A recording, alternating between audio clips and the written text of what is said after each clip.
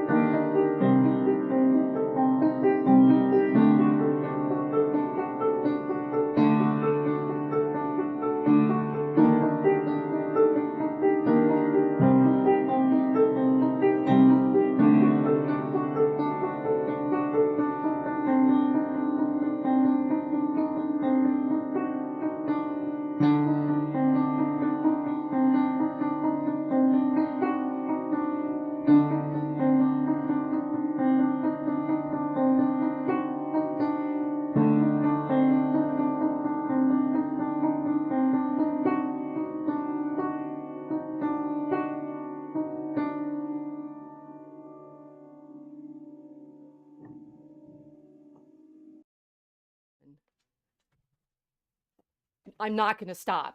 No, this is like too good. This is too good. Oh, no, no, no. Oh my gosh, you're here. Okay. Welcome to the Mosaic Arc. We are so excited to have David Angsten on as our guest tonight. I know, talk amongst yourselves. I'm going to keep reading. Yeah, she's not kidding. Right? She's not. I'm not kidding. I'm not kidding. It's a page turner. No, well, so we only invite into the Mosaic Arc, into this exclusive cruise, those whom we are convinced can help us with our storytelling. And David, you found me many years ago on Facebook, I think, even before I was doing live streams, and but after I was making mischief, because otherwise you wouldn't have found me. And I think I sort of was looking back at our Facebook messaging and saying something. You wanted a medievalist. What was that? or you were hoping? Do you remember how you found me? Because I am curious. I don't remember. I mean, it's been like it was way back. But you're right. Probably your shenanigans with Milo, maybe. He's in LA now. Have you seen him? Sometimes he's out looking for his cat. Oh, where does he live in LA? Is it in West Hollywood? It's in Silver Lake. Oh, okay. Yeah. No, he's in West Hollywood. He's been covered by the local news about living up on that hill in that mansion, right? He had to stop being incognito secret where he was living because they put it on the news. Anyway, so it was sometime around the Milo days, and you've been working on this book for a while, right? Because I think when you got in touch with me, you said you were starting the thriller. Oh, maybe. No, it's been well, okay. I've been working on it for years. Yeah. Well, it's perfectly crafted. We can tell. Mm-hmm. Yeah. This is not a book that was dashed off in a November Nimo or something, right? I know. I envy those guys. There's several friends on Facebook who are authors, and they can turn out a book every 12 months, 18 months, and you really have to do that to make a living at it. I don't have to make a living at it, but. So I'm allowed more time. It's been, I don't even want to tell you how many years. You don't have to confess. We academics, are embarrassingly slow, right? But the thing is, I'd say we are going to torment you by reading wonderful passages out of your book tonight. and you all will, it will be horrible torment because you'll be rewriting it. I can feel it. No, don't. It's No, perfect. well, it is perfect. But he's since we booked him on this, he's rewritten a few things because he Yes. started recrafting and rethinking. So you guys, we are in the presence of someone who takes our craft very, very seriously, which is Yeah, I was. the I just read words. I just read a quote from Borges the other day, where he said they used to write novels in Buenos Aires. His friends and he, they just did their writing for themselves. Basically, they never thought of, uh, you know, making money at it Mm. or whatever. I mean, obviously he became famous and he did make money at it, but um, yeah, it. I forgot what the rest of my thought was. It I've was embarrassed you too much.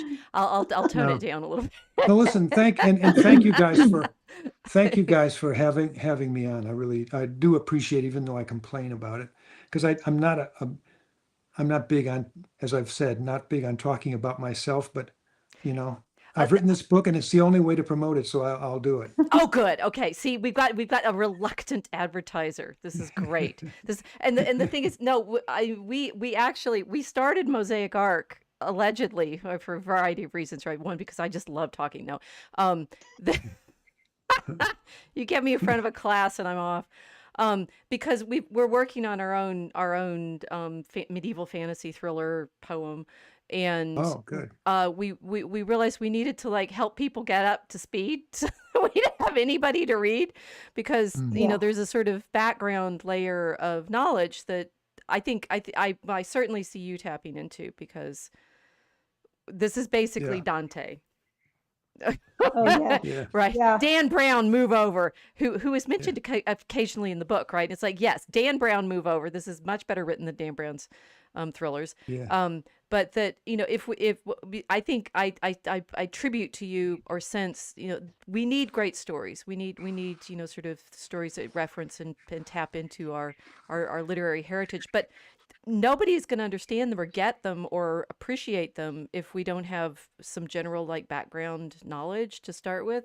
And with Mosaic Arc, we started realizing that what we were trying to do in our story was just it was not going to have anybody's attention if we didn't talk about it a bit. So we're here tonight to help you talk about your book. yeah. The thing is, I think it truly it's a real page turner. I David sent me the pre-copy. I've got the not for resale copy. See the I've got Yes. I read. Yeah. the old ending. This is the collector's item now. Yeah. You got to realize This is a collector's this item, is and I we've both got our collector's items here. I forgot where I was going. Right? Yeah. What was I saying? You're talking about the Mosaic Arc and how you're giving people the background of there's just so much that goes into our poem, and you can tell there's so much that went into your novel. There's Right. just little Easter eggs everywhere, and I've read it, and I've just reread a few passages today, and I'm still finding ones that I went, oh, clever. I don't want to give any spoilers to anybody, but I'll just say that the names that you give the characters and the places are really meaningful, and they're fun to discover, and they're very appropriately named. They're fun to discover them as you're reading them. Well, we're gonna have to And even spoil after. some things so they'll want to buy the book. So I remembered what I was gonna say, that I read the book when David sent it to me in April, and I said we must have you on, and he said, okay, the book came out yesterday, so you all can now, after we finish talking about it, go buy it. But I started rereading it today, and I got a third of the way through just this afternoon. It's a page turner. It is Guys, so we promise you, fun. it's an absolute page turner. But on the other hand, it also has these layers that you now have your most geeky audience to celebrate this with. Yeah.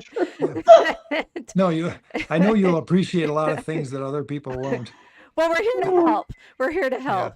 Anyway, and now I had another thought in there about what we were doing and how we. Oh yes, that in trying to promote our book also, and I think this is I definitely appreciate this. We are in a world which your characters are actually trying to deal with, which is the because you live in Hollywood, right? or you live in LA, the Hollywood, Hollywood adjacent, right? Wherever you are Yes. in that I'm world. I'm in West Hollywood, which is just west of Hollywood. So how do It's you not go between nuts, right? it's Because between yeah. It's you're between Hollywood and Beverly Hills, oh, that's very pretty. West Hollywood. You had Have you been to Los Angeles? You've been here. Oh, you many were just here for the Getty many many times. times. Yes, many times. Yes, yes. I was most recently there for a fencing tournament. Uh, And oh yeah. we stayed at the Biltmore, so I have I got the photo with the angel wings and everything because Oh yeah, they that's right. that's in That's a their beautiful hallway, photo. so that they let you Yeah. play it being in the City of Angels. That Yes, is a fantastic photo. it was fun. It was fun. My friend fellow fencer took it. But no, so I've been out to the Getty, right? So we're gonna have to talk about the Getty because it figures in your story.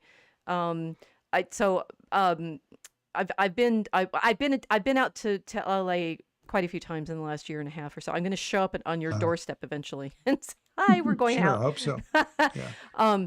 But that you live in the midst, and I take it we're going to force you to talk about yourself just a little bit. You live in the midst of this screenwriting world that you put your characters into, I gather. Yes. Yes. I started I'm from Chicago originally, but and I came out here like 30 years ago, my wife and I did. And but in Chicago I was working in film, and this before video, before video was even happening.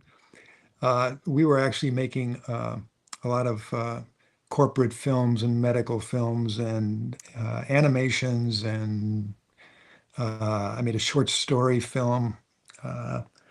And anyway, then we moved out here, and so I didn't start out writing novels. I started out writing screenplays, and I wrote screenplays out here for 10 years, and uh, finally got so frustrated with it that I started writing. My manager suggested I start write a novel. So he had a script that was a kind of a slasher movie script, and he wanted me to turn it into a book. And so I did that, and it's under the name Michael Abaddon, and it's called Snowblind. Hmm. And I swear to God, that novel has more 5 stars than anything I've written, and it's a slasher movie that takes place in Alaska. But anyway, it was fun to write, and apparently people who like really scary books appreciate it. You'll see if you read the comments. So then I started writing this series. It's called the Night Sea trilogy, and the idea is based on Jung's. I talk about the Nakia, which is the every night the sun goes behind the earth, and it's like the hero's journey into darkness, and then he comes out the other side and presumably brings something to the world. And so I follow through these 3 books the 2 brothers, focusing mainly on the one brother, Jack, and it's sort of what do they call it what's the German word for the coming of age book? Yeah, Bildungsroman. There you go. Bildungsroman. Yeah, Yeah. that's it. So it's kind of that. He becomes a man in the course of the trilogy, and each one. It's okay if I ramble on like this. Go ahead. Now yeah. we'll just settle in to hear your stories. I Yeah. am okay. You guys have to notice he's talking like the Michael Abaddon. Seriously, Abaddon? Yeah. Are you Yeah. kidding me? He just drops it in there like it's nothing. Yeah, Michael Abaddon. It's a slasher story, so I'm going to give the archangel against the devil as my name. The biggest, it's the deepest pit of hell. Is Abaddon. See, we say we're gonna show them that there's an Ahriman manor in this one, right? Right. Yeah, these are the kinds of Easter eggs you're in for. Yes. That's so fun. that they're everywhere. They're everywhere. The trilogy, it it each book gets into a different. I sort of have to go back further than that. I'm interested in consciousness and how our belief systems shape our consciousness. I don't know if you guys were around in the 1960s. I was a young kid, preteen, say, and I'm 60. I remember. I'm 60 now. I was born in Okay. 1967, so Okay. I don't remember much You of were it. the older kid. You were the older kid. Yeah, I'm the older kid. Okay, so anyway, I did drugs in high school, and it just sort of blew me away. I mean, it just took me to a completely different place, which happened to a lot of people in the 1960s. And so for about a 6-month period, maybe a year period, I was experimenting with different drugs and, read Aldous Huxley and, Doors of Perception. I don't know if you've ever read it or not, but his idea was that he took mescaline and he wrote that book. And it's about, he thinks that consciousness was, our brains kind of like a filter that condense all this information coming at us into patterns that we can understand, and so they turns sort of the chaos of the world into patterns that we can work with. So that's very interesting. What does that make? Does it mean that the patterns aren't there, or that we are perceiving them? Or that your brain has a brain. Well, Right? I like that sort of sense of it being a filter that enables you to perceive, like your eyes. I mean, it's like there's light out there, but it's only light because your eye is sensitive to translating the yes, electromagnetic waves into meaning. yes, yeah. Is that right? But Yeah, but that so I that our brains are I mean, they're perceptual, and they're translating the whole. This is a very mosaic art concept. We like this a lot. Yeah, it is. well, I think they don't really know what consciousness is, although a lot of people claim to. Nobody really understands it, I don't think. And I'm not a drug advocate, by the way, because I mean, I thought it was interesting that it kind of opened me up to these to consciousness, to the even idea of consciousness. Otherwise, I was just reacting to, and the way most people just react when they're as they grow up. But I've always been interested since then in so many thoughts come to me. One thing is that you need if you take a drug, it'll give you an insight in when you sort of you'll sort of sense this transcendence for a while, but it's only temporary, and then you come back down, and then you have to keep doing it over and over, and it becomes it doesn't work, basically. So to my mind, this is sort of the basis of, I got into meditation after that, into Eastern religions, like a lot of people did. And it's funny because I've come back to Christianity as I've gotten older. Good. But I've been meditating. Yeah, We approve. I have been I've been meditating for 40 plus years, 45 years. And twice a day. And to me, it gives me that taste of transcendence twice a day. And I would like to talk to you guys because I don't know if do you pray the rosary? I pray the hours, the matins and lauds in the morning. Yeah. I wonder this about because my mother, who's passed away, but when she come and visit me in LA, she'd be sitting in a chair doing the rosary, and she'd just be spaced out. And I thought, I told her, in fact, I said, you're doing what I'm doing when I meditate, because it's basically meditation is most forms of meditation are coming back. You bring the brain back. It's either a mantra or you're looking at a candle flame or whatever you do. And you keep coming back to the same thing. You bring your brain back and it gets in this cycle, which kind of shuts down your thoughts eventually. And you're able to just experience a sort of a pure conscious state. Is this like transcendental meditation? Which is, yeah, that's what I Okay. do. Yeah.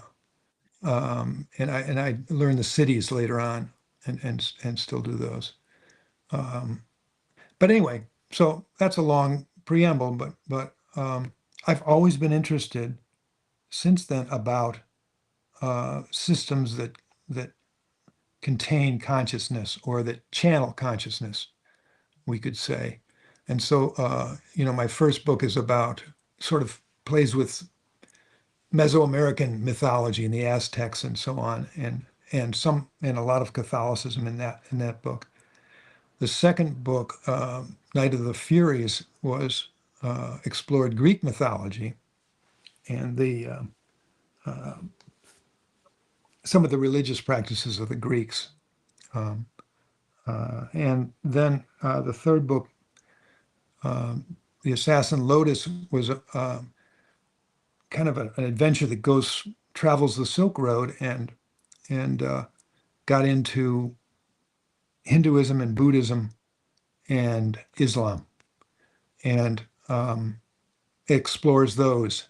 The Silk Road, I'm sure you know, was like such a confluence of all those religions, and they all travel that road. And I'm interested in the connection between East and West too, in that regard, from India and Greece. I'm curious about that, what went on between them back in the antiquity.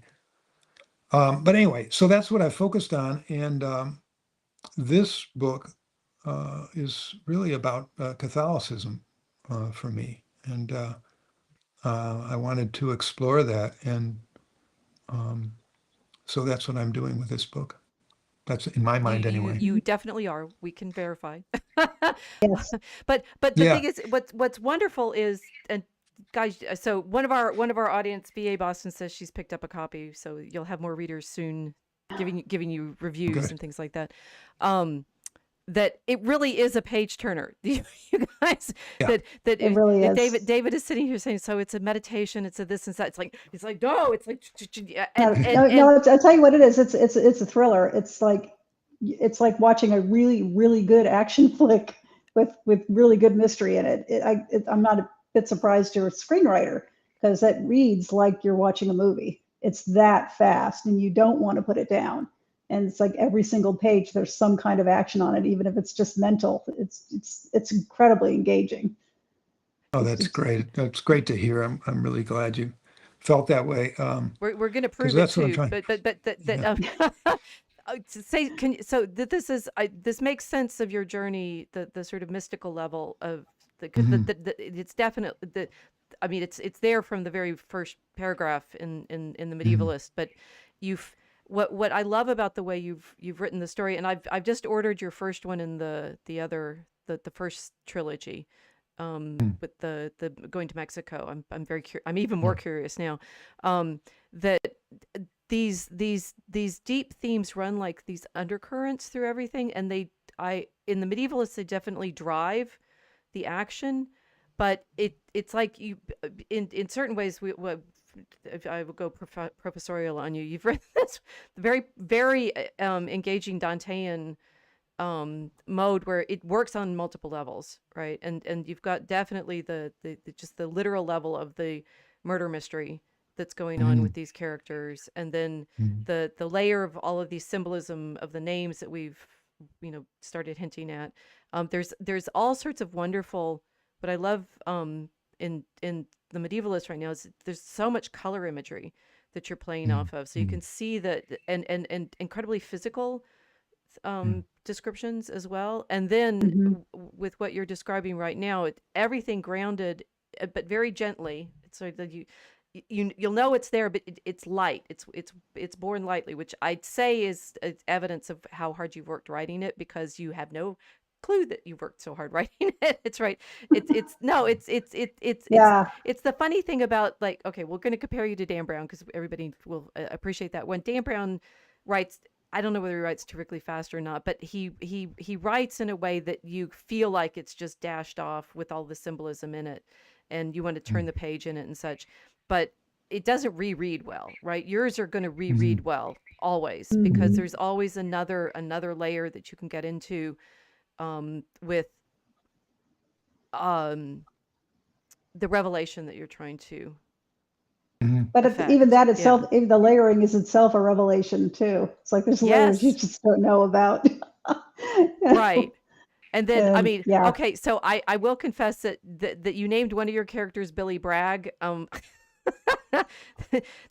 That's one of my husband's favorite, singers. So sometimes they're just plain old Easter eggs in here. Like, Yeah. okay, that's funny.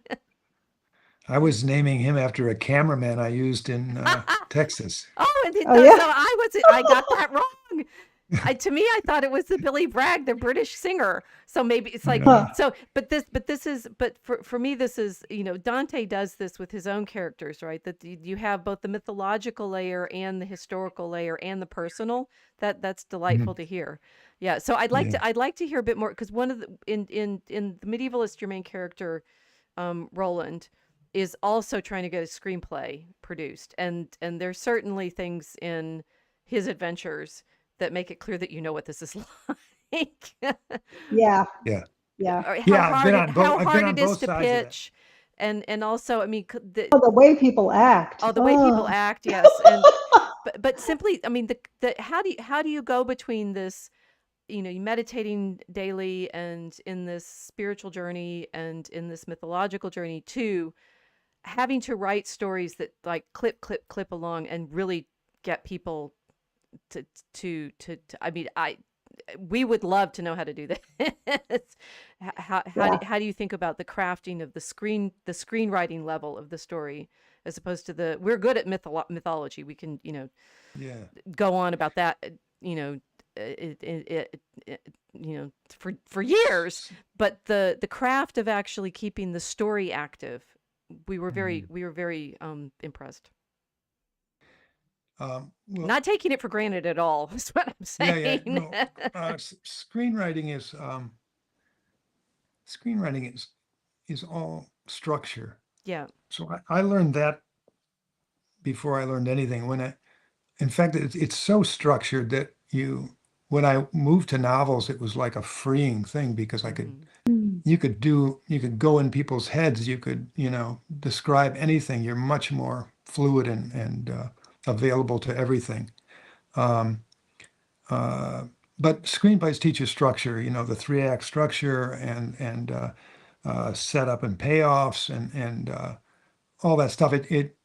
I mean, I did that for so long that it's just like second nature to me to do it. And you want to end each chapter on a something a hook that gets you wanting to read the next chapter. Right. I mean, talk about Dan Brown. He was so shameless with that. He'd lay out these I riddles. love Dan Brown for his complete shamelessness. Yeah, no, I loved it too. I mean, that book pulled you through it. I can see why it was a bestseller. But yeah, he was very good at hooking you and gosh, I remember chapters in that. What was the one with the French woman who? Oh my God, I can't. It was a long time ago. Well, I read unfortunately, it, with it this, goes on. you read them so fast you don't remember them, because Yeah. you're sort of racing through and Right. yours is a page turner, but it doesn't have quite that frenzy. But I don't know. As long as we're on Dan Brown, Yeah. that scene, I just remembered what it is. It's that woman, and she's with these men, and they're and she's in the house, and she takes the men down into this chamber, and they, and then the men are around her, and then she, does this or that, and then he stops it without giving you the end of what happens in that room. That's how the chapter ends, and you don't pick it up in the next chapter. you don't pick it up. I don't know if you pick it up for the rest of the novel. Maybe comes in later, but that was like, this guy is utterly shameless. I thought, yeah.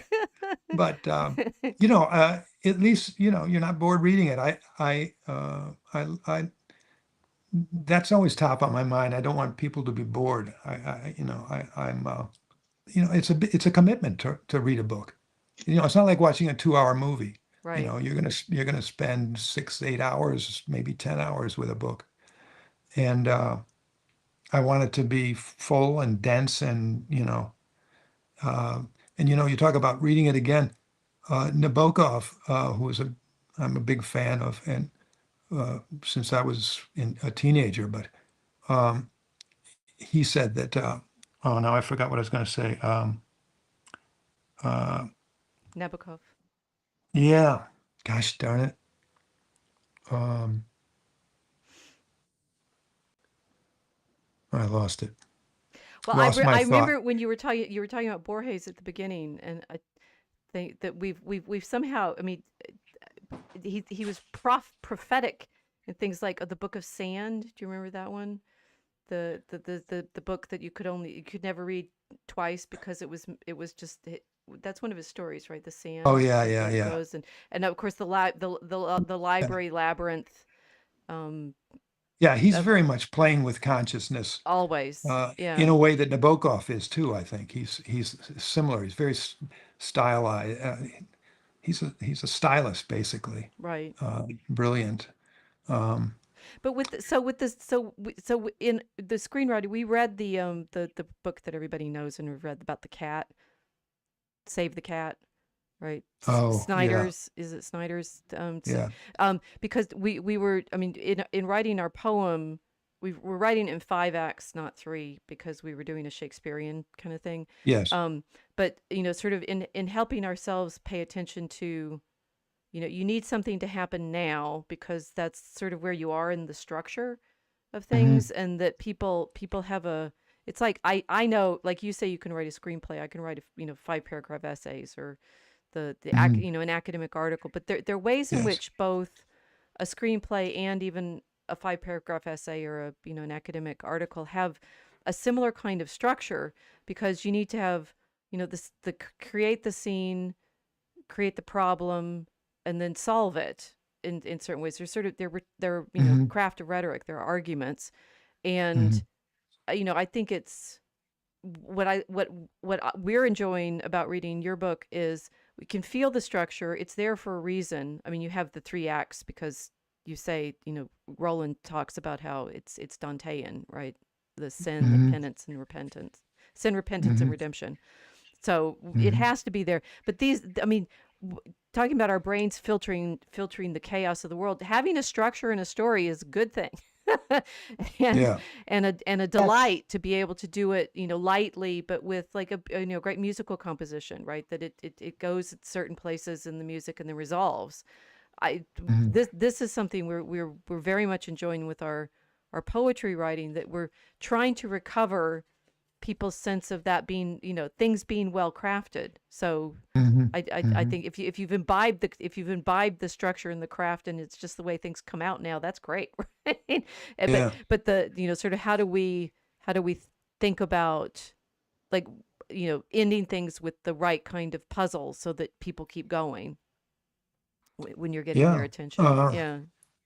The television was this way when I think there were were there 5 or 4 acts in television? I think there's 5 maybe, where before each commercial break you want to end on 15 minutes. a hook, or something that gets you to want to stay through the commercial. Right.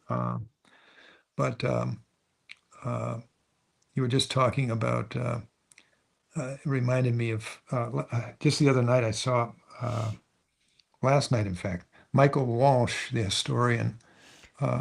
We saw him at with Karen Sigmund's group over in the west side of LA. And he was talking about Napoleon. He has a book out about battles, famous battles. And he was talking about Napoleon, and he was also talking about Goethe's Faust, and he said that that Napoleon invited Goethe, because Napoleon, I didn't know this, but he had been a novelist. He wanted to be a novelist when he was younger, Oh my and he gosh. was and he was quite astute or, quite educated in the structure of stories and so on. And he invited Goethe to talk to him, because Goethe at the time was, the most famous writer, certainly in Germany, but probably in Europe. And he invited him to his palace in Paris, whatever. And Goethe came, and Napoleon asked him about, why did you do this in the second act? Why did you do, blah, blah, blah, and had this long discussion with him about it. And Goethe had to explain that it was, he was taking artistic freedoms to do what he needed to do to break the structure that would normally be there. So that's interesting. It's something that's been around for a long time, structure all the way back to Aristotle. Well, this makes me wonder. It's like, so Napoleon or Trump, right? Yeah, How much are these sort of, great leaders? In fact, it's like, okay, that's not the story. It's not done yet. yeah, Like that we have our Star Wars trilogy of presidential terms between Oh, right. the New Hope, The Empire Strikes Back, and the Return of the Yes. Jedi. yeah, But this makes an interesting sort of problem, because we're saying how much is a story a fiction, this sense of it, we craft it, and we're our brains are imposing order on reality, and how much, which is in a Christian sense, we are in fact living in the story, and it's mhm, more, being attentive to the real structure that's there. We're participating in, the great story, the great fairy story. If you're writing the medievalist is writing in this Christian fashion, it's got to have the story arc that you gave it. It's got to have his sinfulness and his recognition of his sin, and yeah, his repentance and his redemption, because that is, I mean, that's the Tolkien's great insight about, right, the gospel is the fairy story that we're constantly living and finding real. So that, well, I love that. Therefore, Napoleon, it's a better is a better screenwriter than Goethe. yeah, He was That's he's directing them. he's That's a funny story. okay, at this point I need to crown myself emperor. That's the right move. yeah. Yeah. It's I think it's interesting about you're talking about the reality of the story. What you find, what I find anyway, and I'm sure other people do, and I'm sure I've heard them talk about it, but you find if you're doing this every day and you're immersed in the story, I don't really outline.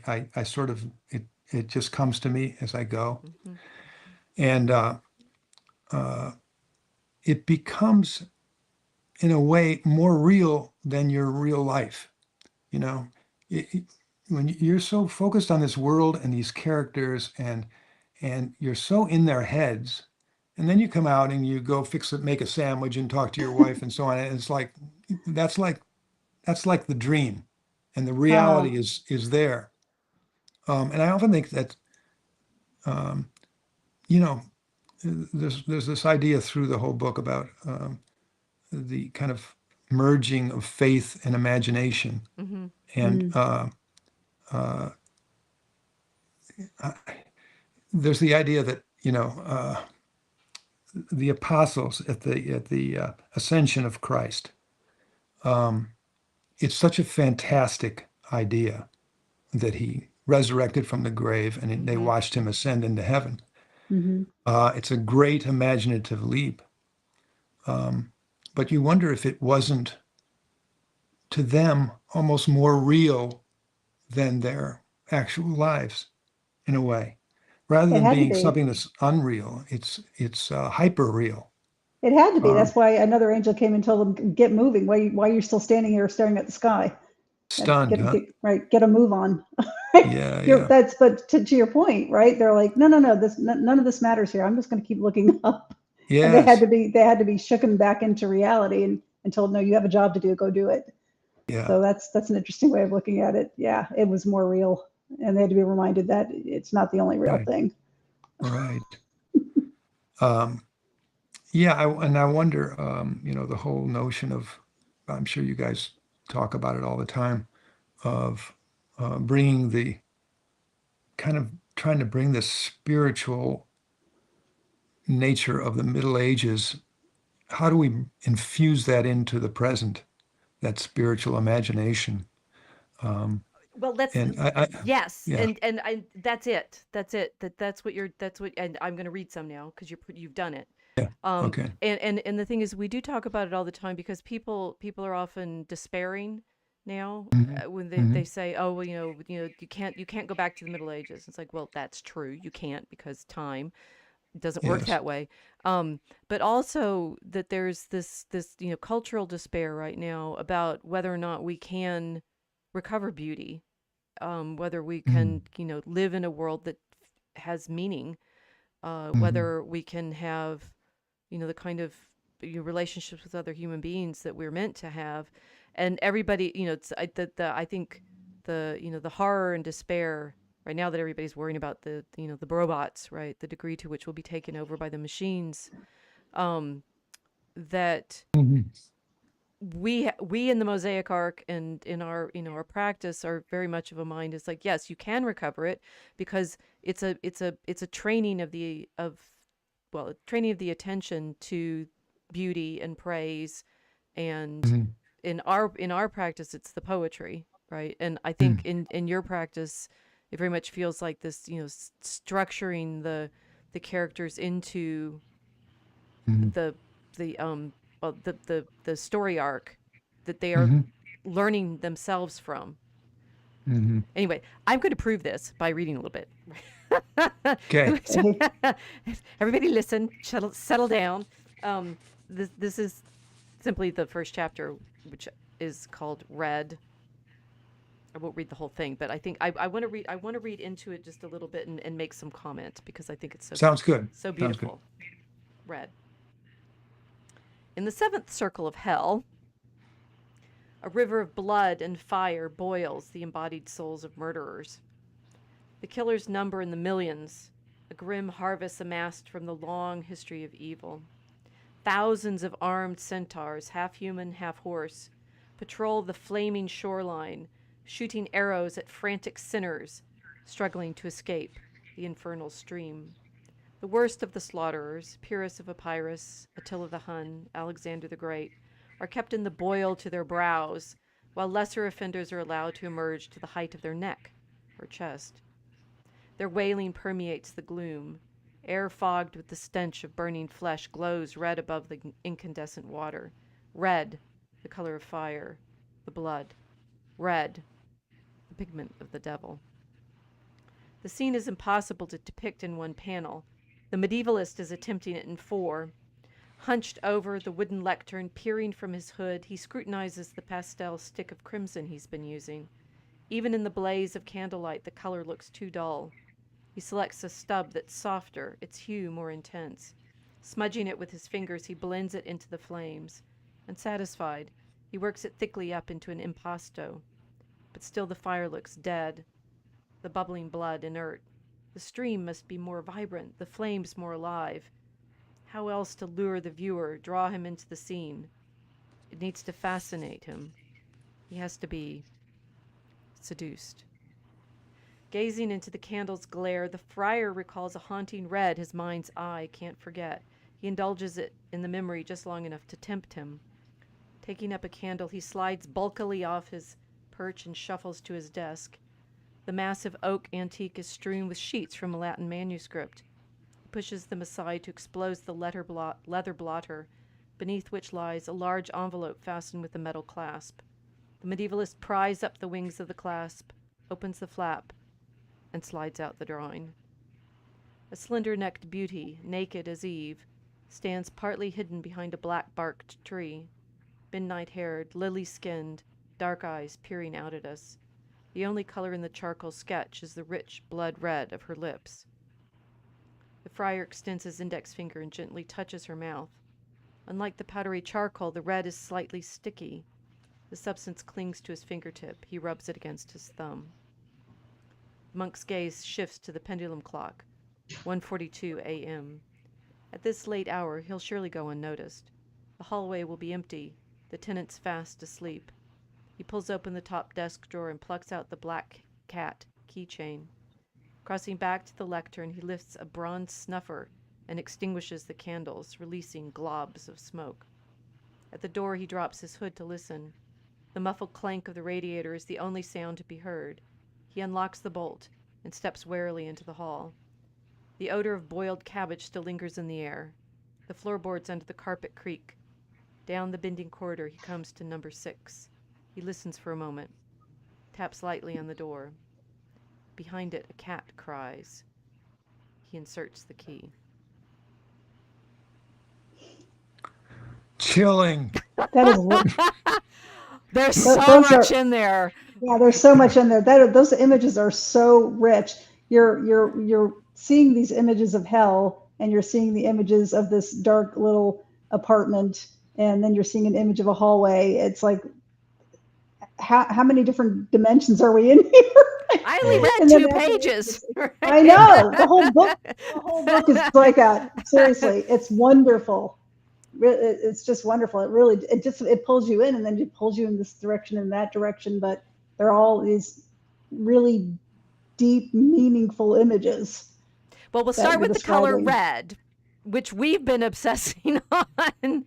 We have lately. That's yes, odd. yes. No, so this is it's in our story we're in Act 4, and one of the themes is the trading of the East India Company. You said you thought about the Silk Road and Yes. you've done sea ships and stuff. Well, we've done pirates. And Yes, and we we're follow all thinking that. about the dye, which maybe comes up in your first book, I wonder, cochineal, that comes from Mexico, which was the of the silver and gold that the English pirates were stealing from the Spanish. The red dye was part of the treasure that they were capturing in the 16th, 17th century. So this turned into this whole meditation on how do you make red, what kind of dye is it, where is it, and then to have to open this scene and have it. It's all about. It's just the color, and of course, since one of the things your character is this hunchback medievalist monk is interested in is the manuscript coloring, the manuscripts that you can see at the Getty, and the red that the painters are using. It's like everything happens in this first paragraph that you suddenly know you're in this world of color and pain and blood and story. And David, you've done it beautifully. It's captured all Really. literally in that first. Guys, you got to read the first paragraph over and over and over because it's like the entire story is right there. I mean, you can see the smudges of the chalk and the bronze candle, this globs of black smoke, right? The sticky red. It's those kind of wonderful descriptors. That's really what makes you leave your room you're in and go in there. I wanted it to, you start out, and he could be a medieval monk, in 1350 or something, and then you gradually you realize he's living in a city and et cetera, et cetera. But it starts out with the idea that he's in his head. He is there. He is there. He's back there. Right, and so is the reader. That's and what really he's an art historian of the Middle Ages, so he's very aware of color and its uses and the history of painting and so on. And how hard it is to get the right color. That he's so in this scene he wants that red, and that truly, guys, if you know how clever, how well crafted this is, the entire story is like. Spoiler alert in this opening, but he's interested in the color, and he touches it to his lips, and he touches the color in the charcoal, and he touches it to the woman in the picture. So this is a fall, right? We've got we're in hell, and the fall is in here because of this drawing that he has with the naked girl, right? With the tree, right? There's even a tree. I think it's all there. Yeah, you're right. You have to read these. You have to read this multiple. You read first. You just breeze through it as fast as possible because it was so much fun. But then you hear what Rachel just said. And you went, you know what? I need to read this 2 or 3 more times because there's so much in there. It's awesome. Apples are red, violets are blue. Gee, I wonder what this story's about, right? Yeah. And that yes, and I like indeed when I started reading it. I mean, I think I knew you told me that it was a thriller and it's set in Hollywood because you know that from the back cover, right? It's set in Hollywood, and you're like, okay, but this feels like it's in back in time. And then that he you learn that he doesn't use the electric light, so he works by candlelight, so that everything's happening in this um uh well, chiaroscuro world, right? That it's all Mm. dark around him, and there's these flashes of Mm. color that are in his painting. Um, but then that we've got the pendulum clock and the keychain, and I mean, I love all of the very. I said that the writing is very physical, which we're going to get to too. There's some things about his character that are just beautifully done. But you get the material. You're very attentive to the materials of things. The bronze snuffer, the Yes. clank of the radiator. It's all, I mean, Dante got this too, right? That you have to have all your senses engaged in order Yes. for the scene to come to life for you. Look when you go to church. Look at Mm-hmm. the smoke of the incense, the visual, stunning visuals. Yeah. Every sense is aroused. I mean, in the Middle Ages, wasn't it like it must have been like the coolest thing that people did was go to the cathedral and see Candles. the guys with the vestments and the cardinals and the bishops and the procession and the candles and everything. I mean, it must have been like that would be like us going to Tom Cruise's new movie, or something. Oh. That much excitement, I mean, that much stimulation. Well, we did Um, so in our if you go back and if you go back and watch this video, just see how it was in our opening credits. The altarpiece that we have is at St. John Cantius here in Chicago. Did you have you grew up here? Did you go to Cantius ever? I just went there with my grandson. We went to a Latin Mass there, Recently? like about 6 months, no, about 6 months, or I think Okay. it was ago. But That's what we've been uh, crossing paths in. I'm going to LA. You're yeah, coming here. Okay, so you've been to Cantius recently. Good. And I, you've lo- been I love that church. It's fantastic. What a great place. the So beautiful. that we did our I've been telling the canons this it's like they said you should write to the people who do the video. They do the live stream of their masses, and they started the live stream during the COVID lockdown, right? So you couldn't go to they were in community, so they could keep doing the masses, but for a time they didn't have anybody in the church, and they were just doing them themselves, and so they started doing these daily live streams, and that's basically how I started going, as it were. I was watching through Oh, the video, yeah. which they've continued to do, and they're getting, I'm sure you'd appreciate this, that they've gotten better with their camera work and their cuts and their angles, and they'll like when people are receiving communion, they'll have different pictures and stuff showing, because they're not showing all the people necessarily at the altar, but Mhm. they I was watching for the Easter, for Holy Week, watching Thursday, Friday, and Saturday. I couldn't go downtown, so I watched on the stream, and it was like distant, right? It's like it's there, but it's distant. It's close, but I have all this beautiful camera work, and I was sad because I usually make it to the Easter Vigil in person, but I Mm, couldn't go this year, mm. and I was very, very sad. And then I got to Sunday, and there was this. It's hard to, it's like one of these you want to explain. Just desperately want to explain. It's like I was suddenly there, Mm. right? I've been Yeah. watching online and online and online for days and Yes. days and days, and then suddenly, and I'd say this, like you say, we see in the movies, talking about wanting to be where we are, and we're in the story, we're in our real life, that the church is meant to be this glimpse in that same register of what it's like in heaven. Right. It's like we're Yes. supposed to be there. We want to belong. The Mass is simply a Yes. simulacrum of what we will be when it is actually heaven. And I was trying to explain to the canons, like, no, you've got to get it. It's like, I got it. Through art, we are glimpsing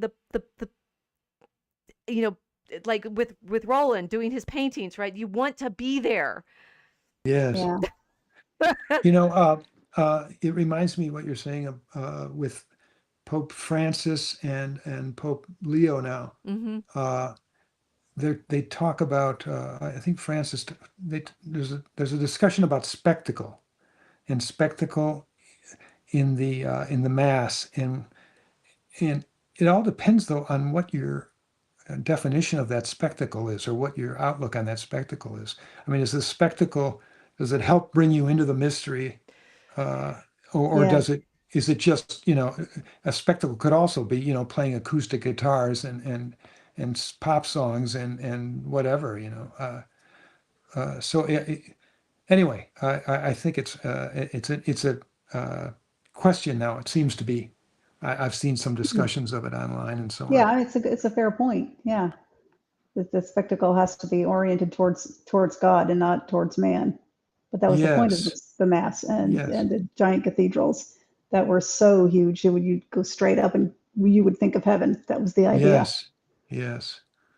Yeah. But I I think mean, it's even more than, it's not just a cognitive thinking. It's not just intellectual. It's the intellect and affect, intellectus and affectus of the medieval contemplation. But David, what you were just saying is like, they're worried about the diabolical spectacle, right? The one and your opening paragraph is of hell, of mhm, the Yeah. the red, the color of fire and blood and red. I mean, red is also the color of our redemption, since that's the red of the crucifixion. But the this is one of the things we've been worried about with our Drake Alchemicus story. It's like it's modeled on rock concerts, which are definitely diabolical, right? If you're thinking mhm, about the way in mhm, which you're absorbed into this, like the alternate sacrifice, the temptation, which is also what's in your how is to lure the viewer, draw him into the scene. It needs to fascinate mhm, him. He has to be seduced. That the mhm, mass is not seductive in that sense, because the mass is taking us to our glory, right? Our mhm, longing for heaven, as opposed to the seduction, which your characters are going to get caught up in, right? It's like, at what point are they giving into the desire to be part of that mhm, spectacle, which is a mhm, different kind. mhm. Does that make sense? Yeah, yeah. Um, I'm also thinking in that regard that as a writer of a thriller, who also has other dimensions he wants to bring into it. Um, I need to seduce the reader to a certain extent Mm-hmm. to pull him along. Uh, so that becomes the vehicle that moves you along, but you discover a lot of other things on the way. Um, uh, Yeah. yeah, Seduction and temptation are the theme running throughout all of this. Roland is such a yeah, fascinating character because even what Rachel just read, so they need to be seduced, they need to be tempted. It's like he has an mm, he has a what seems to be for a monk a very unhealthy obsession with that. So it could, uh, yeah, as the story goes on, you learn why he's doing it. I mean, he's writing a script. yes, He's writing Dante's. Uh, I guess what do you call the whole thing? The Yeah, it's comedy. Inferno. Yeah, the the comedy. Divine Thank you. Comedy. Yeah, Right. So he's writing his Divine Comedy script, and that's how you find out why. But at first you don't. But there's lots of moments like that throughout, mm, and as you pointed out earlier, so much structure, so much layering. And mhm, I have a quick question about that. As a mhm, writer, now we have the end in mind for our 5 acts that we're writing, so we know. And some writers fly by the seat of their pants and they don't know where it's going to go. Do you mhm. always have to know where it's going to end when you're You writing know, a story? I've worked both ways. I've written some of these books with well, actually, I think only really one. It's good to have an idea of the ending, so you know Hmm. where you're heading ultimately. Um, although I can't say that I had a great, I didn't have this ending in mind when I was writing it. I like to discover it as you go along. I've outlined novels before, and it's so hard to do. And I like discovering things as you go along. I mean, the lipstick, where did that come from? That I have was, no idea. It just sort of happened, and then it became the central element of the story. yes, And I found that if you get too caught up with where you're going, um, you're not listening to that quiet voice in your head. There's the best things come to you, and they're sort of just in the background. And your first thought is, well, that's ridiculous. Or you want to just shove it aside because it's not where you're heading, where you think you're heading.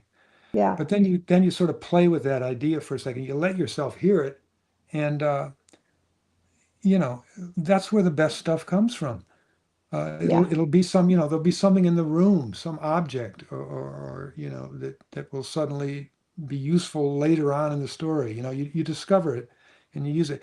I think it was Gore Vidal who said, the story teaches you how to tell it.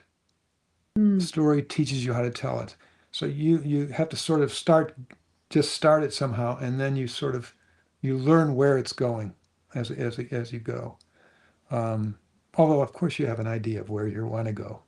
yeah, But anyway, Yeah, so I'd say, I mean, we know where we're going, but Casey, but we don't know how we're going to get there. yeah, Right? and that's It's yeah, scary, and yeah. Because it's we've changed directions slightly a couple of times, right? yeah, yeah. I mean, Yeah, we have the larger claim that we want to accomplish, which is uh, defeat the dragon. right. yes, yeah. But in Always a fact, good idea. but Yeah, it's a modest goal, right? But that we finding out exactly what works, and that's, I mean, for our purposes, it makes a big difference because we're trying to show, as you are, in a good fashion, what sin is, Mm, and what its temptations are, what its shape is, how you get caught up in it, and mm, and so understanding how you, I mean, to eat, sort of magic versions of, oh yeah, snap my fingers and it's gone. That's not going to work. There mm, has to be a sort of, and I mean, one of the big things that we've been trying to do in Drake Alchemicus is show why, keep the sin constantly as an actual temptation for the reader. It's like, isn't this what you want? Right? mm, yeah, You want this power, this mm, glory and technology, and it's all about the addiction, right? So when you say how to fascinate him to be seduced, that mm, that is our, it's our, I mean, there's a sort of, I guess we're talking about the mirroring here a lot. It's both um our fall, but also the thing that we ought to be seduced by, the beauty, right? By mm, the majesty, the longing to be with God, mm, which is what Dante was.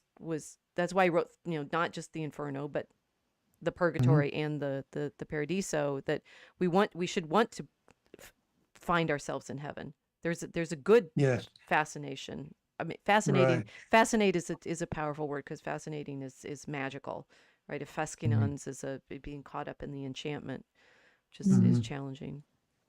mm, Okay, to Casey, yeah. did you have a passage that you wanted to work through?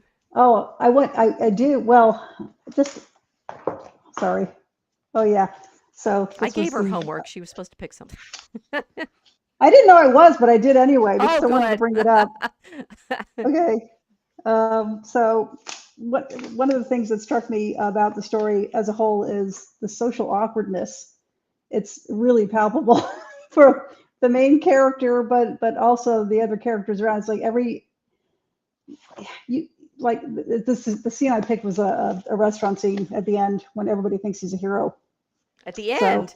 No, we well, can't. it's not the very end. Sorry, no, it's that much left. So, but, and he had met with this person before who kind of blew him off, but now that she thinks he's important, Mm. she's doing the Oh, Hollywood yeah. thing. Yeah, Yes. and Yeah, the so agent, yes, it's the or agent. not an agent. He's not an agent. She's just a producer's uh, assistant. Yes, This is Bianca. Yes, yes, yes, So we've had red, now we'll have white. yeah. yes. Okay, so the Royal Road Cafe is packed inside and out with people waiting on the sidewalk for a table. But the moment Roland steps from the curb, the hostess spots him and approaches him with a smile. Very different from the first time he came to this restaurant. Right this way, Mr. Grimky. Roland assumes she must be afraid that he'll sit in the wrong chair again. There's that social awkwardness. As she leads him past the line and into the restaurant, diners take notice of him as usual. Only now, instead of grimacing, they gawk in recognition and turn to whisper excitedly to their friends. The din of conversation quickly lowers to a hush. Phones rise to record his appearance. Waiters and busboys stop and stare. A gamine in a tank top flies from her seat and clings to his arm for a selfie. She's so delighted with the photo she takes, she gives him a peck on the cheek. Roland blushes, stunned. People clap, raise their glasses, and suddenly diners are up on their feet, grinning, shouting, waving, cheering, joining in a jubilant standing ovation. Roland doesn't know how to take it. He gapes at them in confusion. But the praise and applause only grow more insistent. The crowd determined to make him understand, convince him that yes, it is him they are applauding, the monk, the freak, their cuddly Disney victim hero, the hunchback of Hollywood. Roland smiles uncertainly, nervously nudges his glasses, then turns to retreat, following the hostess to a table near the back. In the same seat she sat in before, Bianca is waiting for him, a smile of maternal pride on her face. Congratulations, Roland, you've arrived. Without getting up, she extends, not her elbow this time, her hand. Surprised, Roland shakes it limply. Thank God the TV people aren't here. I'll fix that, she says. Have a seat. I ordered your bacon and bagel. Roland peers down the corridor behind her. Is there a back exit? Of course. Sit down. We'll plan your escape. He sits, pulls out his cell, and types a text to Jimmy. My friend is waiting in the car in case there's another ambush. I wanted to skip ahead. Oh, darn. Okay, so I'll stop there because I don't want to read too much, but at this point in this scene, you skip ahead a little bit, and the waiter brings their food, and the waiter puts down an iced tea, and he looks at him, he smiles, says, I remembered. This was a waiter who was really mean to him the first time. So everybody's I'm just acting interested. so You picked out. I was going to pick the scene when that started all of that. Yeah. But that whole, it just smiled with maternal pride. It's like, oh, I wanted to strangle her. I just did. I was reading this. She is a piece of work, isn't she? Oh, gosh almighty. No. Oh, that was that. Yeah. I see more of that all the time. The women who have to act like men. And I just think it's so stupid. It's just so, I mean, I understand the pressure, but it's just a shame. It's just a shame. Anyway, I won't rant about it. But yeah, no, you could see that in the section Rachel said she was just going to read. Yeah, she's hyper aggressive and Yes. fast, and just wants to get in the restaurant and out really quick, and just is very dismissive. And that's why the contrast, whether she's smiling with maternal pride, right? Because she's actually more like the first time you saw her. She should have been more like the second time you saw her for real, but that's the phony part. The real part is the hyper aggressive and angry one. Mm-hmm. Yeah. Well, okay, I'm gonna do. This is where I actually had. We should have planned this ahead a little bit more. Yeah, sorry. The meat, right? So you just you had what Casey just read is the indeed when Bianca is like happy to see him, but this is, there's so much excellent in here, but we'll just start here. You have to recognize the picture on the cover. I mean, it's an interesting choice for. That's from The Last Judgment, right? Yeah. Yeah. It's the sinner being dragged down to hell. Right. But it also, to me, with it on the cover, it looks like Roland to me now.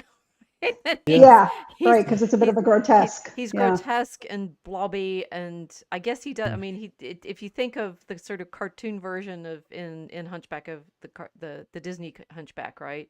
He's sort of goggly-eyed and horrible. Right. It's deformed, yeah. And there's so many ways in which I had what my sense I had this was how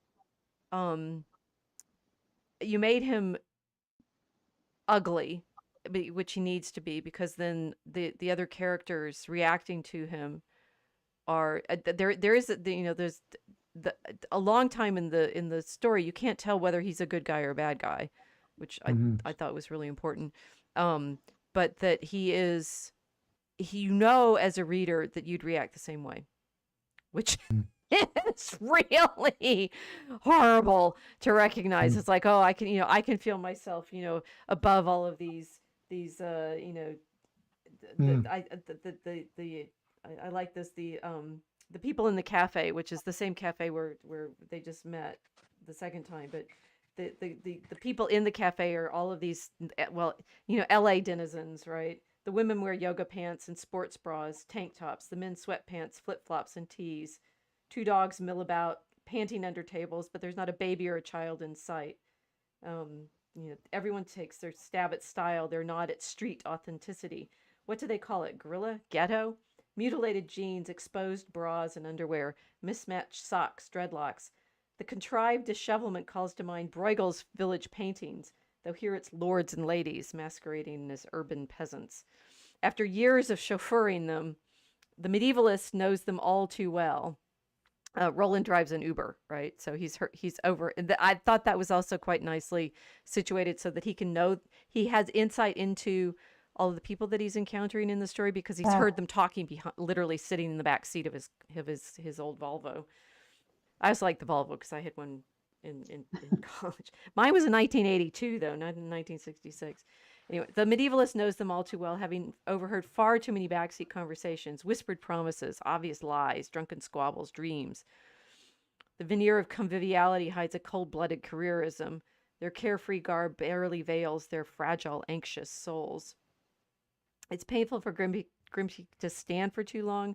The strain to his spine is unbearable. When at last the hostess guides him to a small outside table with a spindly wicker chair, he hesitates briefly before lowering onto the seat, which quivers and creaks in complaint. You know what's going to happen first. Grimky starts a silent prayer for protection, but the waiter appears and cuts him short. He orders iced tea. The table has no umbrella. The midday sun roasts his pate and triggers a glistening sweat. Still, he waits a quarter hour before removing his seersucker jacket, twisting awkwardly to hang it over the rounded back of his chair. The bow tie, he decides, will stay. His paper napkin eventually shreds from mopping his sweaty brow. He removes his fogged eyeglasses and massages each lens with his hanky. The waiter refills his tea. Another 15 minutes pass. It's now near 1:30. The meeting is not going to happen. Grimky asks for his check. Just then, a muscled young woman in a sleeveless blouse appears carrying a leather attaché case. She sports a boyish pixie cut that makes him think of Joan of Arc. "Excuse me," she says, squinting at him skeptically. "You're not Roland Grimky, are you?" "I am indeed," he says, happily rising from his seat.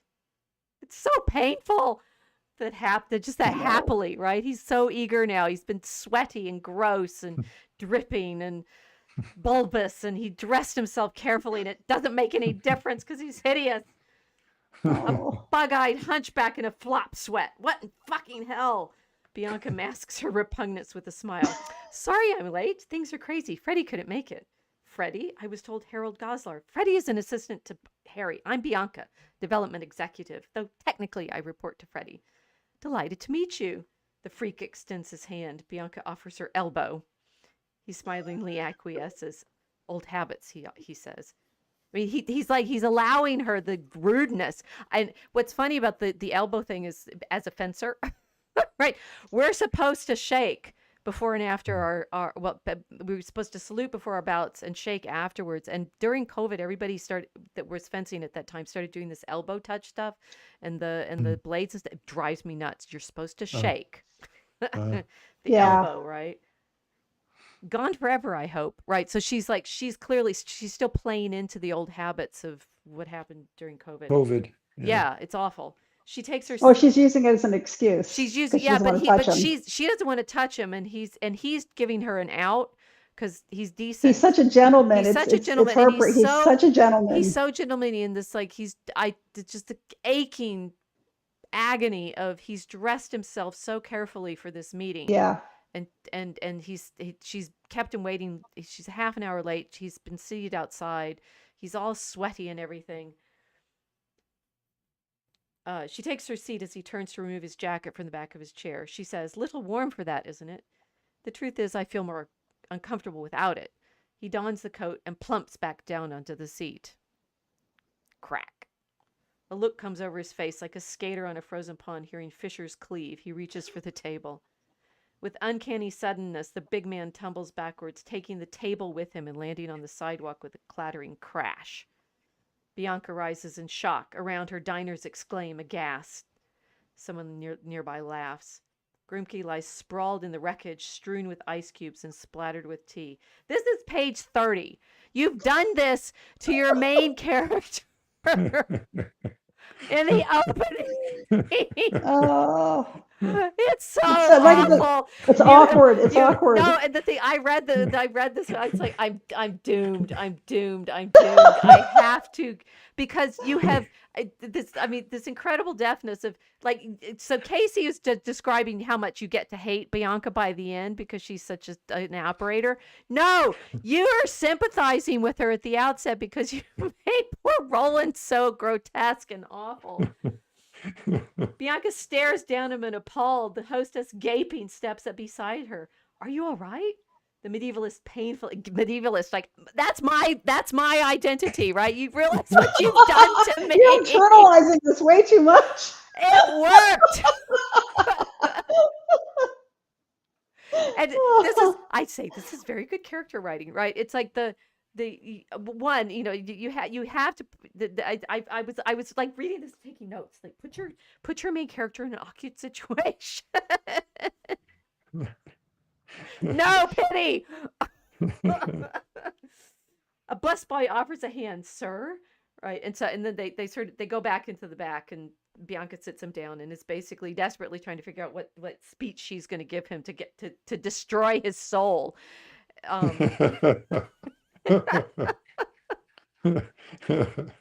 You guys, this is a master at work, right? Because you note and the sort of no, like, keeping your character safe or anything like that. He is the main character, right? He's on the cover, right? Yeah. but no sort of I mean, this is literally the opposite of the Mary Sue, right? Who nothing bad ever happens to, and she gets to like dominate the scene and take care of everything. Yeah, what I liked about that interplay of those two characters was that I jumped from one character's point of view to the other character's point of view. Yep. I'll always write a scene from a particular character's point of view, usually. Sometimes if it's a dialogue scene, you're jumping back and forth between them. But so you get Roland's point of view, and then you get her point of view. And later on, they talk about, he's waxing poetic about his script and what it could do in this, this version of Dante's great poem, and why it's so important and so on. And then you go to her and you see what she's like. Who is this freak? She's on a totally different planet and doesn't understand anything he's saying.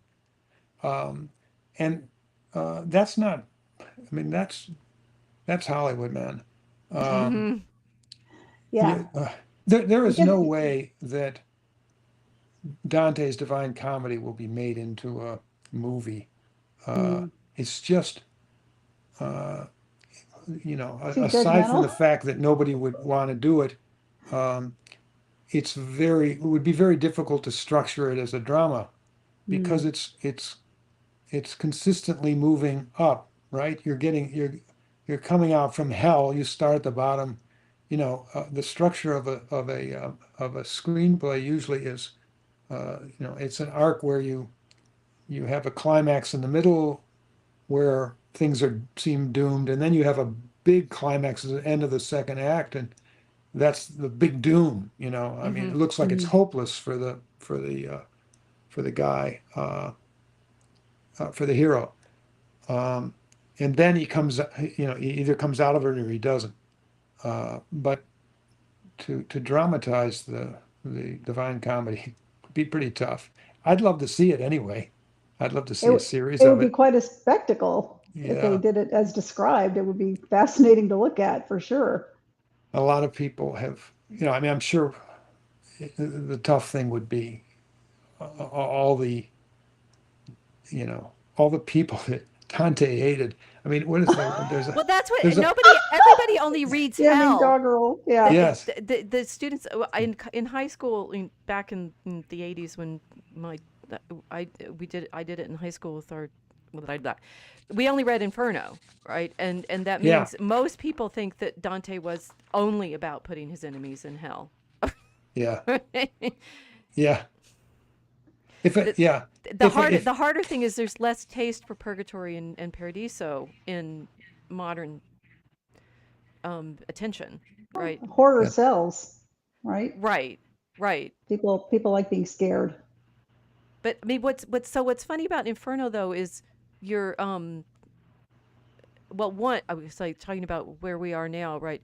The degree to which people sympathize with the criminals now, saying True. right? That's too judgmental, right? No They did no what? place for Dante's ability to, I mean, even the thing is, even Dante in the character Dante in the poem struggles with, he's first sympathizing with Compassion, Paolo yeah. and Francesca in the adulterers, but as he gets further down, he starts recognizing. I mean, at some point he kicks one of them in the head, right?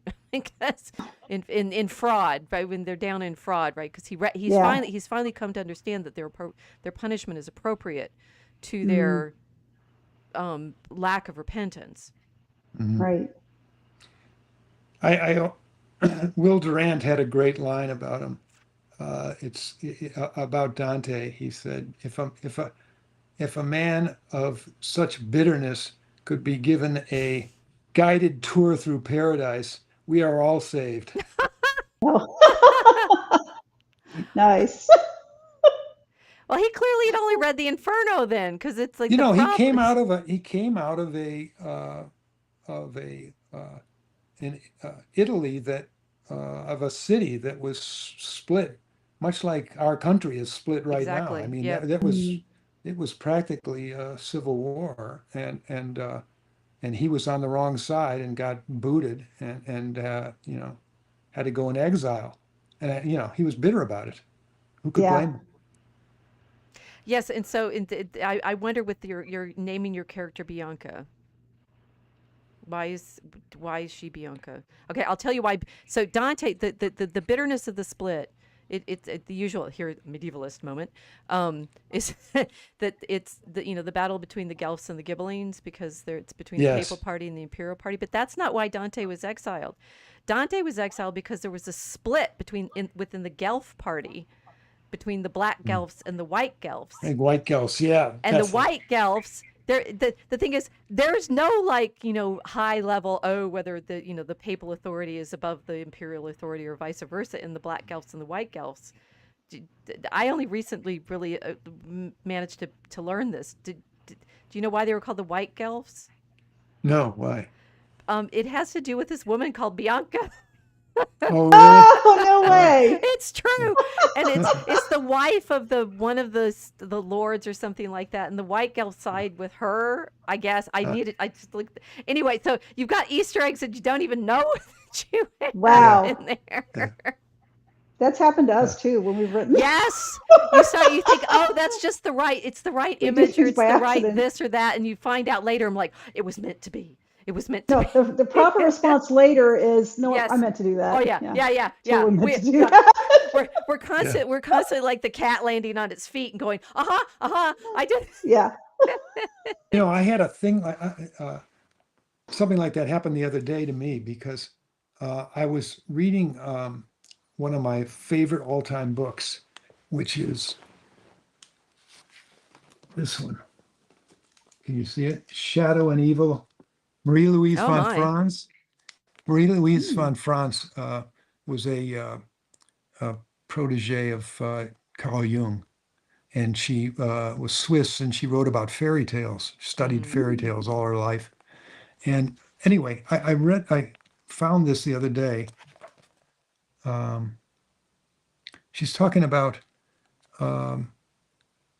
how there's helpful animals in a lot of fairy tales. There'll be a fox or a cat or something, and they give advice to the hero, and she says, But if basically you go against the advice, the helpful fox or the wolf or the cat, if you do not listen to the helpful animal or bird or whatever it is, if any animal gives you advice and you don't follow it, then you are finished. In the hundreds and hundreds of stories, that is the one rule which seems to have no exception. Huh. And I thought about that and I thought, what does Emily do with her dog, her husband's dog, who's barking Oh, at something? yeah, right. Didn't listen to the dog. She should She have. didn't listen to the dog, and she did a Right. lot more than just not listen to him. Yeah. Yeah. Ooh. It's on page Interesting. 21, so it's not that. It's like the spoiler alert comes really quickly. One of She does not save the dog. Let's just say Yeah. the save the cat. It happens the opposite. yeah. It's one of the things that she talks about, Marie-Louise von Franz, is I suppose it's kind of a Jungian thing, but she talks about how throughout this story, I hope it came through that Roland is always examining himself Yes. and his motives and his Yes. intentions, and Oh, he's trying to, always be doing the good, and so on. yeah, he's very scrupulous. Yes, almost to a fault. I mean, I think ultimately, he wants to be a saint. I mean, Mhm. and ultimately, the saint is someone who finally gets to a point where he's so pure, he's so good that he just acts out of goodness and for goodness, and he doesn't have to, fret over every decision he's making and so on. Mhm. It's a simplicity that's so hard to get to, and that's probably, hopefully he'll get there at some point, but he's not there now. But anyway, Marie-Louise von Franz, she talks about how that kind of Christian scruples, that self-examination that Christianity has developed so well, that's useful when you're examining yourself, but you shouldn't do that with other people. With Mhm. other people, she thinks you should use the more instinctual kind of fairy tale logic that goes through all the fairy tales. It's more feelings. It's sort of what Roland does in this story when he sees Vitali, Detective Vitali. He has just a bad feeling about this guy. So Mhm. he's acting on sort of a fairy tale, instinctual, natural ethic there, rather than some kind of examination of his motives. You know what I mean? Yeah. So so anyway, I like that. I think there's some wisdom in that of the idea of not otherwise you become these Karens who Yeah. are you know what I mean? They're just projecting their own scrupulousness onto other people, or what they instead of Right. scrutinizing themselves, they're scrutinizing other people, basically, Yes. and Now, it's not good. two of your characters have animal names too, nicknames. Yes, So, and I just realized the other day after I read that, I realized there's 4 dogs in this Is there a book. lot of good dogs in the story? and a There's a cat. lot of And a dogs. cat. And he talks about, he was a trainer of dogs, so he's trying to Right. discipline dogs to, restrain Mhm. themselves, which is another whole theme through the story. Mm-hmm. Yes. Yeah, I didn't, the two, Detective Lobo and Mhm. Detective Vitale, who they call the Raven. Now, Yeah. There's a raven and a I, wolf, basically. there's a raven and a wolf, The and I police didn't know, officers are raven and wolf.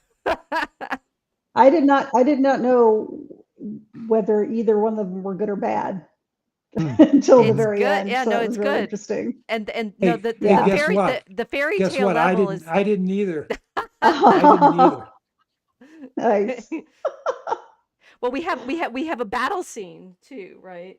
So you're talking about Roland just like weighing in and doing sort of starting to become heroic, even when he's this grotesque, awkward blob of a hunchback. Oh yeah.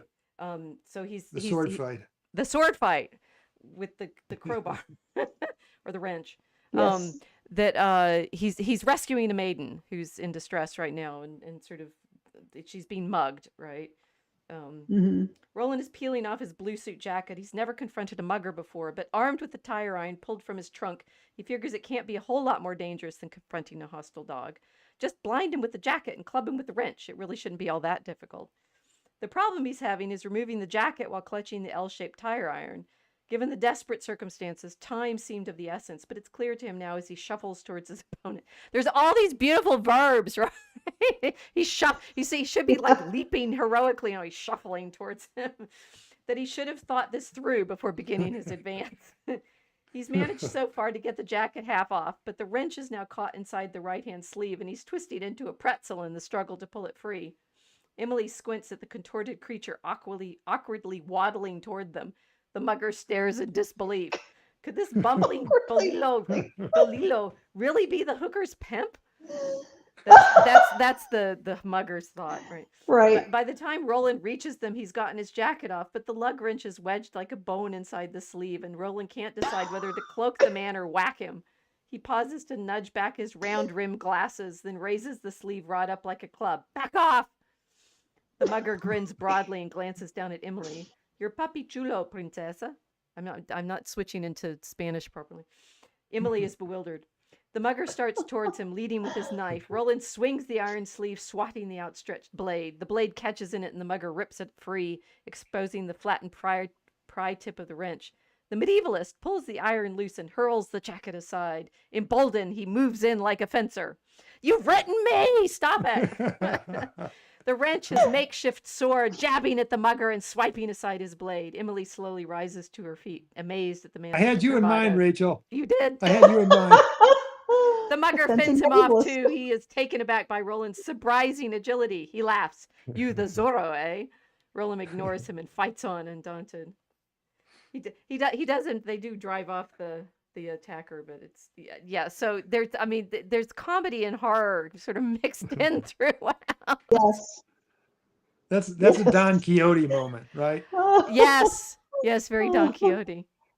Yes. But so what we're saying, guys, you say all of this will appreciate it if you savor, but you can also just read this through, and it's just like this fast paced, it's like there's the police detectives trying to figure out who's murdering the women, the murders there's a bit of did you ever watch Seven, the Yes. Yeah, so there's a little bit of that. I was catching glimpses of all stories participate in the great cauldron, right? Of drawing on themes, and the way in which the showrunner is the sort of you have to he's the killer, right? But who that is and exactly what's going on, and that the murders, are they happening with any meaningful way, or is there accident? Is it coincidence? A degree of coincidence that any of these things are happening, and you keep us guessing. I've said this, you cannot tell throughout exactly whether it's I guess it's back to the thing we were talking about at the beginning, the degree to which the characters in the story are attributing pattern and significance to things that have none. Like the way the murders are apparently staged and seem to be reflecting particular movies or not. Right. And I the thing is, I've read it now and I can't remember. Right. You have this feel of at what point are we finding significance in things that really aren't there? And well, I thought it was semi-significant. Can something be semi-significant? No. I thought the story was keeping us off balance. Yeah. It's like you want to think that, okay, here it is. I read a lot of mystery novels, so you kept me off balance through the whole story. Oh, good. Yeah. No figuring it out in the first third of the book. I was afraid I gave it away too soon. No, I don't think so. No, I don't think so either. Mm-mm. Good. Yeah, that's one of the toughest things to know until other people read it. You can't tell whether you've exposed too much or not, you know. Yeah. Um, Well, this is so so it's good to hear that. of the structure, the sort of I as a teacher, I'm a great fan of Keith Johnston's books on improv theater. Do you know those? Uh-huh. No, I don't. He has one simply on like training practices he did for his improv troupe, which a Mm, lot of stuff on masks that we're working with now in Act mm, 4. I think I'm channeling from there. But he also did mm, a book on called Improv for Storytellers for storytelling, mm, which I think is a kind of movement of like there are storyteller like people who practice storytelling mhm, performatively now, and mm, his, his rules for storytelling include, you have to have reincorporation of previous elements, which you were saying, like you'll find out that, oh, this thing that you just put in becomes mm, significant later.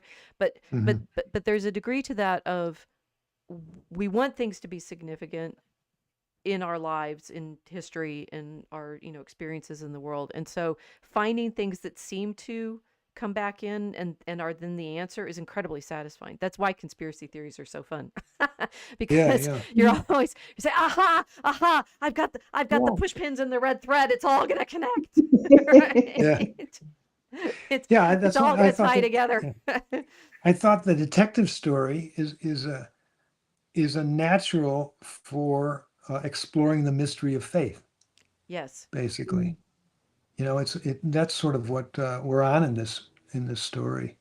Um, and it's I mean, it's the back and forth between the, that sort of nihilistic, scientific materialist, whatever you want to call them, characters, and Roland, who's this guy who's uh, really solid in his medieval faith. I mean, that's sort of what got this whole idea going for me was envy of the Middle Ages when Mm. of Christendom, when everybody was sort of on the same basic outlook. They all had the same basic beliefs.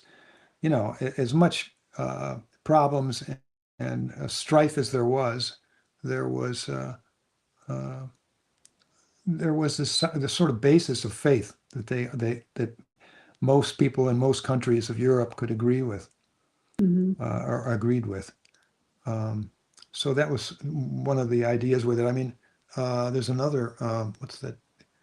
There's another quote from Will Durant where he says that what is it? If I can remember it, uh, the survival of Christianity uh, in in the wake of Copernicus and Darwin has been the basic drama of the last 300 years. Hmm. Very true. Isn't that true? Yes. I mean, all the way down right into this book that I've just written in 2025. Uh, it's still going on. And that's the big question. And I think our art needs to reflect it and Mhm. come out on the right side of that. Right. Yeah. Well, from my perspective, so the thing that people shared in the period was a sense that life was meaningful, right? In this, Yes. and the feeling, I mean, the faith that life is meaningful, which is saying that there's, we've been made by a creator to a purpose, which is to praise and thank him. um that's Tolkien. I just use that because he formulated it so well. It's like if there is Yes. such a thing as a purpose of life, that means that there's a why. There has to be a response to our why, and the why was, so when we have, you have to have the creation, and why have we been created? Out of love, right? The God Mhm. made us out of love, and therefore our appropriate why is to thank him, and Yes. and to rejoice in it, and that there's ramifications off of that the creature itself is shimmering with meaning constantly, and that it, I mean, Creation, yes. as we see it in the Middle Ages, I mean, with Dante's trying to make this great cathedral of significance up to the heavens, and the love that turns the sun and the other stars, is we can see God's working in all of the creatures. So we study them. And the irony of science turning into this enemy of that contemplation is very terrible, right? That somehow, instead of it being our celebration of being creatures, it's our diabolical desire to control the whole thing. Yes. Yes, that's interesting. Really well put. Yeah, fascinating. And that I like that your thread through the story is Roland's attention to the spider, which is Yes. is this is where the one place I was able to be truly helpful. Right? When he goes to the Getty, and he's looking at and we'll say this is totally accurate because I looked it up, and say, wait, there is in fact a artist named Belbello, and the Getty has Yes. one of his manuscripts. I certainly hope you've been to see it. I went No, situation. I haven't, Oh my goodness, you must. We'll get you in there, and when you go to the manuscript room, I you would. get I to don't think I see could get in there, but you well, can take me next time you I'll come. take you the next time Yes. we're there, and that'll be talk our great. way into the manuscript reading room. So you say, look, he's made one of your artists a character in the story. Yeah. That it's Belbello de Pavia, who's I'd not heard of it. How did you find out about his work, Belbello's work? I just came across him, and I just loved his work. That's how it happened. And then I found out about his life, and that he was exiled too. And I thought, well, gee, that's an interesting echo of the other characters in this, Dante and Roland. Yes, so they all Italy have that in was very common. fractious. They kept kicking each other out. Yeah. Well, talk about being exiled, right? They're just exiled if they end up on the wrong political side Yeah. and I have to think. go live Well, he somewhere was else. exiled for he was accused of sodomy. Oh That's why well, he was okay, there you exiled. go. Yeah. From Pavia or from But did he go to Florence? Because everybody in Florence is apparently until Savonarola shows up and says, by the way, you shouldn't be doing this, and then he gets thrown out, or no, he gets executed. He gets burned at the stake. Anyway, no, he went to the Carthusian monastery. That's where he ended up. Belbello And ended that's up in where a I have him. monastery. Right. Yes, that's where I have him create this manuscript that Roland's looking at now. So he's looking at in this story. breviary, and there's a Yes. image in it. If I may, one more passage. Sure. So he's looking Sure. he's looking at the manuscript. In this version, there's a mistake about how he handles the manuscript. You've corrected that. Oh yeah. Yeah. Guys, you don't wear gloves holding manuscripts. This is what's interesting is everybody expects. It's like I get this because I'm a medievalist. My husband is a museum conservator, and so his bête noire in all like representations of his discipline is, if you've got a conservator, an archaeological conservative, they got a brush and they're going brush. It's like, no, maybe, but there's a lot more material science to it. Interestingly, with manipulating manuscripts, your fingers ungloved are actually safer than gloves because gloves are clumsy. And see, we've all watched too much Antique Roadshow. This is where everybody's getting this from. Yeah. Different kinds of put objects the take gloves on, different who's touching right. things? No, manuscripts Yeah. you don't put gloves on, and It makes sense. Yeah. Makes sense. You do have to make sure. Usually they'll put the book in cradles so they don't fly open because you don't want to hurt the bindings and things like that. Yes. And have weights so that you're not constantly trying to hold the pages down and stuff when you're reading them. But no gloves. Anyway, so but now he's got his manuscript. He's got his hands able to manipulate it. He lifts the cover.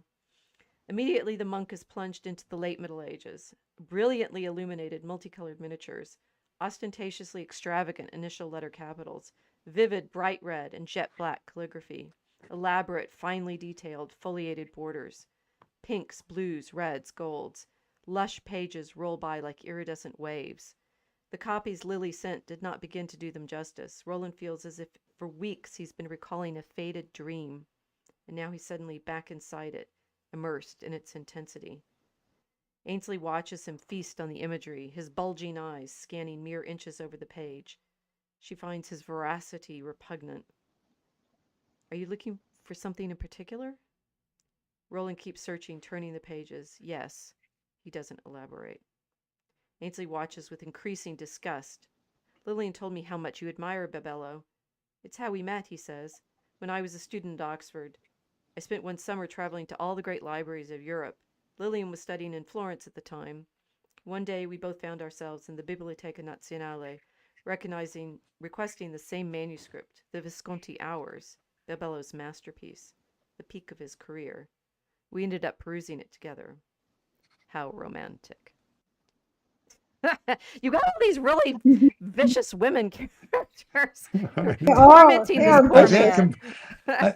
I've had complaints about that. Emily was the only one who wasn't vicious. She was just righteously angry, but Yes. yeah, all the other women are just vicious. Well, Yes, thank you, Lillian, Kimberly. Thanks for standing up for me. His friend Lillian is very sweet. Come on. Oh yeah, Lillian's lovely too. Yeah, but she's not in it as much, so I just kind of forgot about her.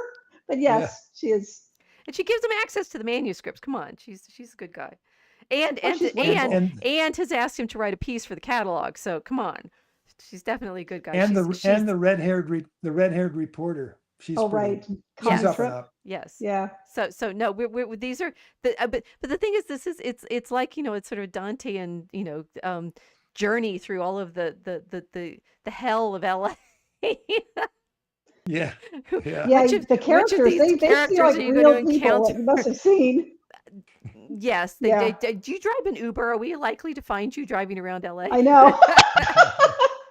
Who are these people really? doing the character sketches. Oh, he's not admitting. Okay, that's it.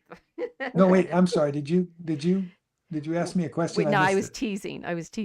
The thing is, the thing is that Take the bait. no, Sorry. you didn't take the bait. You're just like, yes, and I'll pick you up at my Uber handle is such and such. Oh. Yeah. The thing is that as a device, that was a very nice way of helping him have that kind of. I mean, he's literally journeying around the city, right? Since he's driving, and Yes. and it gives him a reason to be having these accidental encounters, which is also good storytelling. I appreciated that. Yes. Yeah. Yes, and that's where he runs into Mike Noel and Howard one night. Right. That's where outside the cigar club where my group used to meet. Oh, is it? Oh. Yes. Where he picks them. Oh, yes, That's and he's fun. trying to get. He's trying to get Howard to put his cigar out. Yeah. Very Yes, nice. yes. Ah, There's a nice. lot of there's details like this throughout. Yeah. Yeah. So, well, I hope so. They're sneaking up his phone. Yeah. Yes. I'm sorry, what? The next passenger he has when he thinks the woman's dead and she's not dead. In fact, Oh yeah. Oh, it was so odd. because she's not actually alive. She's not alive or dead. That'll be intriguing enough. There you go. I've had several people tell me that I should take that scene out. Should have taken Oh that scene no. out. Oh no. I really like that scene. It Yeah. definitely goes with the theme of materialism versus spiritual life, Yes. and where we're headed and so on. So I really like it. And It's a yeah. nice interlude. The objectification of women too is in there Yes. very, very well in that scene. Yeah. Literally objectification. Literally. Object. Object. Yes. She's an object. This is. I mean, I can't. I need to go now and keep reading. Right? It's David. It's a great read. It's really, really fun because there's ways in which, as I hope we've proven for everyone, you can savor this. You can read it quickly. That there are details in it that you'll not realize until later how clever they were. It's just, I hope you enjoyed it. I hope you had fun writing. Yes.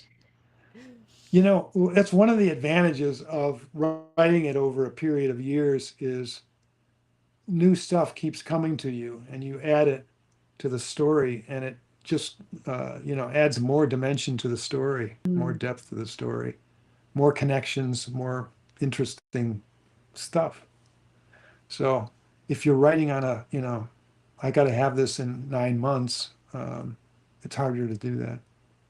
You don't get the richness, I don't think. Yeah. So that's the luxury I have. It's a luxury. It's a luxury. This is a luxury book. Yes. Well, and this is Yeah. as we're writing our poem too. I'm just like we're doing it. I feel like this is poetry. I feel like you've really written a prose poem. It's very beautiful. But the feeling of in our poetry of you don't want to rush it too much because you want to get the detail exactly right. Because Yes. and this is with Belbello's painting that the reason Roland is looking so closely at it is there's this feature of it that he wants to find out. He's seen the photographs of it, or he's seen photographs. Lillian has sent him photographs. She sent him copies. She Yeah. sent him copies. Just like, yes. And he's not sure whether the detail that he's looking for is actually what he thinks it is, because it's one of the things that haunts Yes. his own imagination. And Yes. that I thought that level of detail, I was still confused by the end exactly how real the spiders were. Right. And Yeah. I think Well, that's more than one person saw it by the end. right. But I see That was neat. I liked that. the level of uncertainty fits with the problem of faith, right? That you're Yes. you're constantly playing with right. this. Yes. Who's seen clearly, who's I mean this involves art dealing and screenwriting and all of these levels of illusion casting, and everybody Yes. involved yeah. in it is trying to make some kind of story that they're playing in. We all see it through a glass darkly. Right. Roland's looking through half of the story. He's looking through broken glasses. Yes, it is. It's One literally lens is shattered. his glasses literally get broken. Yeah. Yeah. Yeah. Well, I'm so glad you guys enjoyed it. We did. I'm so Now we've glad kept you you enjoyed so it, and- long. We've kept Loved you. We it. kept you way past your bedtime. Yeah. I'm sure. No, wait. No, You're Pacific you were right. time. For me, it flew by. It flew by because you were flattering me the whole time. Oh so well, there you go. I, Do you think I was soaking can it we up. survive in Hollywood now? Do we have the I hope you felt I how couldn't. sincere it was. We really, really enjoyed it, and we hope everybody good. watching goes and buys the book. David, tell them where to find you, and we'll put links to your website and things like that But where's the best place for them to find you? The books are on davidangsten.com. I used to have a blog, but I don't really do it anymore. But you can still find the blog. There's interesting things on it. But I'm on Facebook if people want to follow me on Facebook. And although a lot of my stuff there is politics, and you might not like that, I don't know. It depends on your tastes. But otherwise, yeah, the book is available on Amazon. You can get it in Kindle version, or you can get a paperback version, and I might even do a hardcover version, because I'd love to put a Belbello image on the back cover and just have no words, just have that image on the back cover. So I might do that with a hardcover at some point. But anyway. Well, get one or the other now, Kindle or paperback, and enjoy, right? And as I said, I've ordered the first one of the Night. Sorry, I've forgotten the Night Journey trilogy, the Night Sky trilogy. Night Sea trilogy. Night Sea yeah. trilogy. Night Sea. Night Sea, yes. Yeah, there's a description of that if you go to davidangsten.com. Okay, yeah. There's a whole description about, you look at the books and see. I wish you were reading with Dark Gold. I wish you were reading the Kindle version, because it's been updated. The print version has not. So, Nice. but, Nice Well, tip. as a medievalist, I'm yeah. used to this kind of problem. yeah, You're creating Yeah. a very medieval problem of wait, no, I've revised it and put it on. I Yeah, buy print yeah. books because I actually like having the book, right? So you'll appreciate that Yes, as yes. a medievalist too. yeah, Well, okay, maybe Yeah. I'll read both. Yeah. We find out the variants, the variant options. Whether so that you know I have my he has gloves on in this version. Yeah, yeah. The thing is, I It'll be a think that collector's version, no it's a doubt. collector. The revised scene you did on the basis of my expert knowledge Oh, about that what was me so great. is even I'm so worse glad you for caught Roland. that. Yes, He's even more it worked uncomfortable. out better. Yes, The truth worked out better. Isn't that the way it should be? as it should. Well, Yes. thank you so much for joining us. I hope we'll have you back once we've read more in your work. Okay. Or fun. and This you're was writing a fun. sequel. It You're was- writing a was- sequel too It's of very Roland, fun. right? There'll be more. Supposedly I'm writing a sequel, yes. Yes. Yes. She told me not to ask you that, but I so wanted to ask you that. Yeah. Oh, To be yes. continued. To be continued. Good night, everyone.